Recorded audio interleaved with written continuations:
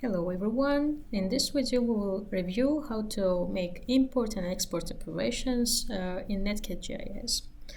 And to start to import our different layers here, we need to go to this icon, go to add and add file. Here, automatically Netcad GIS shows you the location, the last location which were used. I used this location. And if you, for example, making this operation first time, you might probably will have here the NCZ extension by default. NCZ extension is an internal extension of Netcad GIS. You can save your any kind of file in this extension and work automatically with this. So for example, you can just press on file and it will open your project if you saved your file in this extension. But what if you have other common extensions and want to import it? You need to choose your extension of file from this list and see which extensions, for example, based on your extension, which file do you have in the location. So I, for example, have DVK file here. I have point file here, the surface point. So once I, for example, import my surface file, I will refer to the specific window in order to import. So each type of file will be referred to the specific importing file. Let's take a look to my file. For example, here I have the column A, B, C, D, and the rows 1, 2, 3, 4, and etc. My first column, for example, it's a points names, and the first row is a data type. So then I have the coordinates y, x, and z, and I may have a lot of here columns, and based on the column type, I will mesh these columns in order to let software know what we are importing. So I am choosing this file. My data starts from the second row, it's correct. My first row, it's the names of the columns. My point name column is first, and y, x, z respectively. I don't have after z column any information, so these numbers will not influence too much. I'm pressing OK, and my points will be added here under the point name. I can change, I can adjust, for example, points surface points, and I can change, for example, color. I can adjust the display here. For example, I don't want to see point names here. I don't want to see the elevations, or see only elevations but not name. And here on Jogo, you later can adjust the point editor based on the importing data. What if you have, for example, other CAD files? Again, we go to the add file. If you can't find your file in the proper location, you probably didn't choose the proper extension from the list. And I'm choosing my extension, and I wanted to see my drawing operations here. And here you can add the rules for tables, but by default they're usually saving the your file's settings. So I wanted to see my surface here. This is a surface information with the points, and I can make an adjustments. For example, I can see the object properties here, this object's property. I can see its class, its layer. Also, I can make editing operations. I can delete some parts. For example, I want to delete this layer. I'm pressing OK, right click to finish process, and this disappears. If we go, for example, to the reference part of our project, we can here see which extensions we can add. We can add CAD files here as well, and then define to them projection definitions. We can add the raster, and we can add the point clouds, spatial data, geodatabases, KMLs from the Google Earth, and shape files. Add online maps here. By default, we have two online maps, but you can, if you have other connection as well, you can add your connection here by choosing the right addresses, and so on. Uh, all of them has the same operation. For example, I have a raster data to import. I'm choosing the raster, and then I'm choosing the extensions where I save my raster. So for example, it can be any picture in PNG format, it can be TIFF format, DRA format. Here all the formats you can see. You can, for example, if you have TIFF format with the projection definitions already, you can define. In my case, I don't have any projection definitions, but I have map, and I can see here uh, does this format has any projection definitions or not.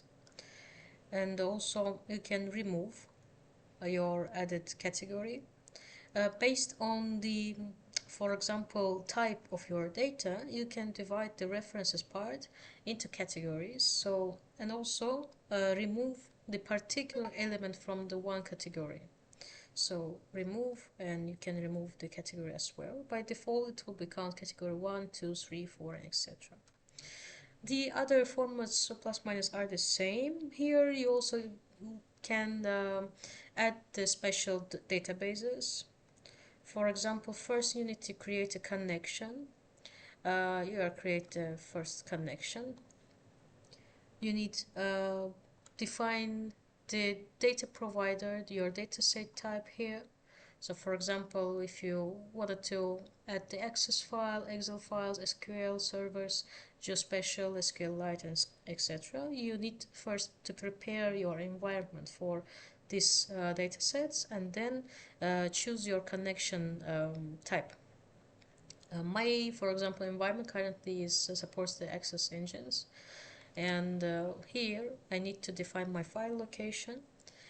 Then if you wanted to protect your connection, you can define the username and passwords, and for example wanted to share with your colleagues, you can share the username and password.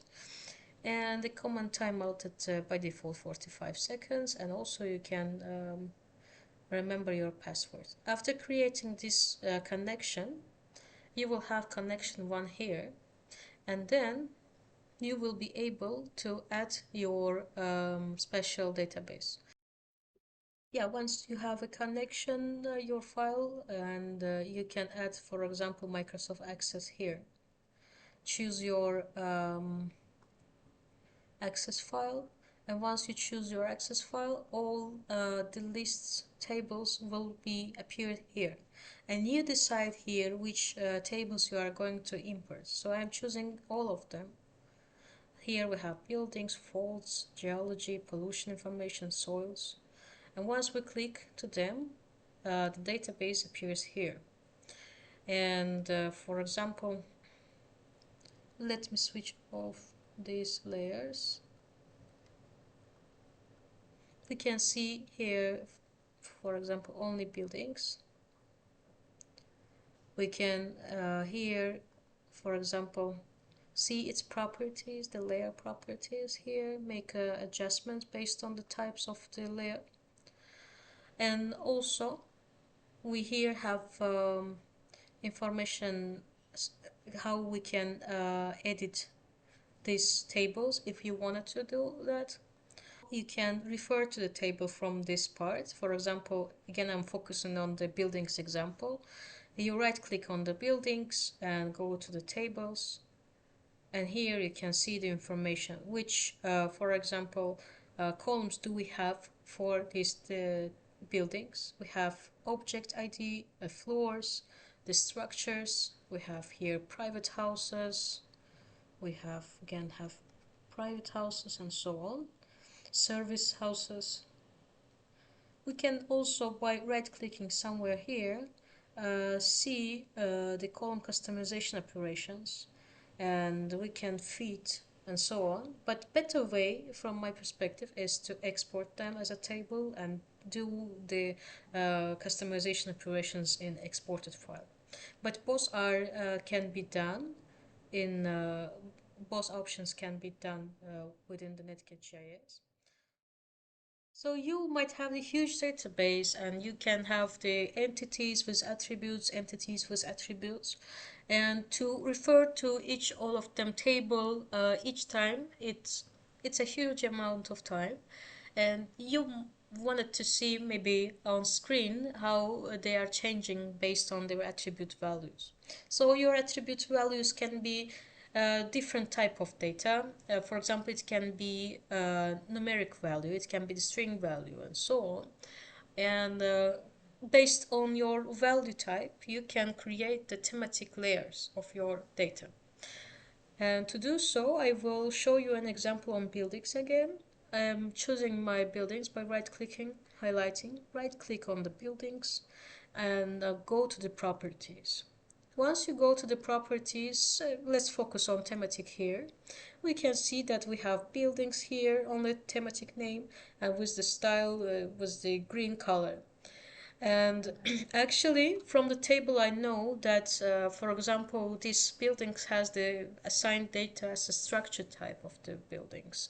It's educational buildings, it's industrial buildings, and so on. You might have different case, and based on the your needs, you can customize, thematize your legends, the thematization, based on your needs.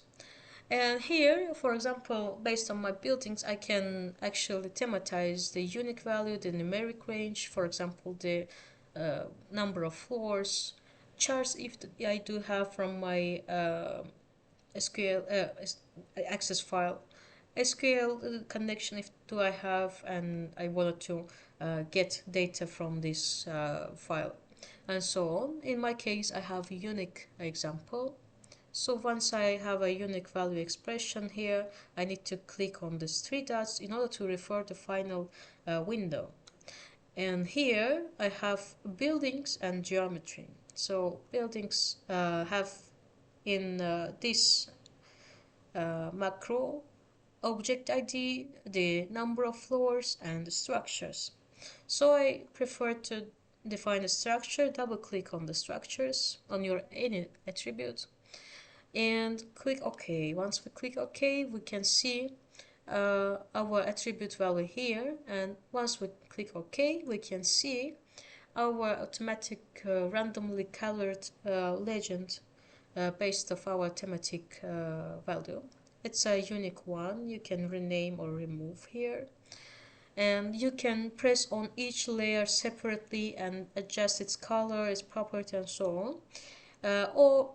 Or you can select all of them, just drag from the bottom to top by pressing the right click of your mouse, and right click somewhere here and choose a color range. Here by default you can choose the hue colors, the saturation colors, luminous colors, or color range between, for example, let me define different colors and generate it between yellow and blue, for example, or between these three colors, and so on. I prefer a hue colors, and once I clicking, it's updating, and once I clicking OK, it will update my project.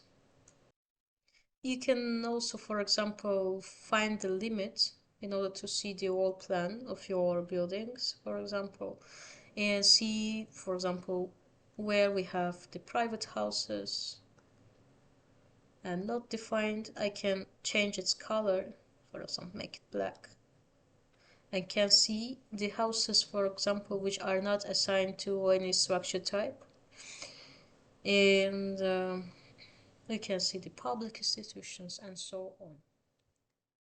So by now we understood how to import particular datasets and files, and we reviewed how to import the CAD files and how to see the raster files and how to see the databases shape files.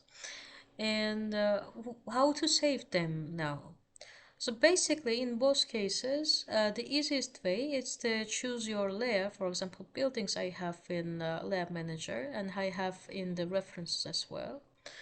I'm choosing, if we are going to save from the Layer Manager, we just need to right click and send to, go to the save layer. We can go to save layer and choose extensions from here. The second option is to go to this icon and save as, define the template and save as. When we saving as, we're saving all our project and within the defined extension, not the particular layer. What if, for example, I wanted to save the particular part of my database, for example, these buildings, separately? So first I need to define the maybe area within which my buildings will be transferred to the layer manager, and then I will particularly save these buildings within defined area. So let's first define the area. I'm creating a layer for my area. I'm clicking OK, it's activated and starting to draw an area. So I'm not here making perfect drawing. So I need, for example, only these buildings. Right click to finish process. It's a closed perimeter, and once I have the closed area, I'm going to the buildings here, and I'm choosing the start editing. I actually started before. First I need end editing and cancel it.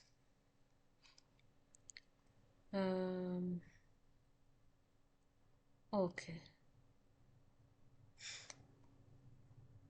And once I starting the editing, here I can draw again my area, but I already have an area, or I can select an area. So I choose the select an area, and selecting an area, right click to finish process, and I will have the buildings here. So once I close my buildings from the references, I can see my buildings from the layer manager as a CAD file within the specified area. And here, by right clicking on the buildings, for example, I can send and save this particular layer here. So thank you for watching this video. I hope this video was informative for you. You might have lots of questions regarding the export-import operations, and if you want to have to contact directly with me regarding the particular matter or get the license for this software for free demo trial option, don't hesitate to contact me through this email address. And again, thank you for your time and see you soon.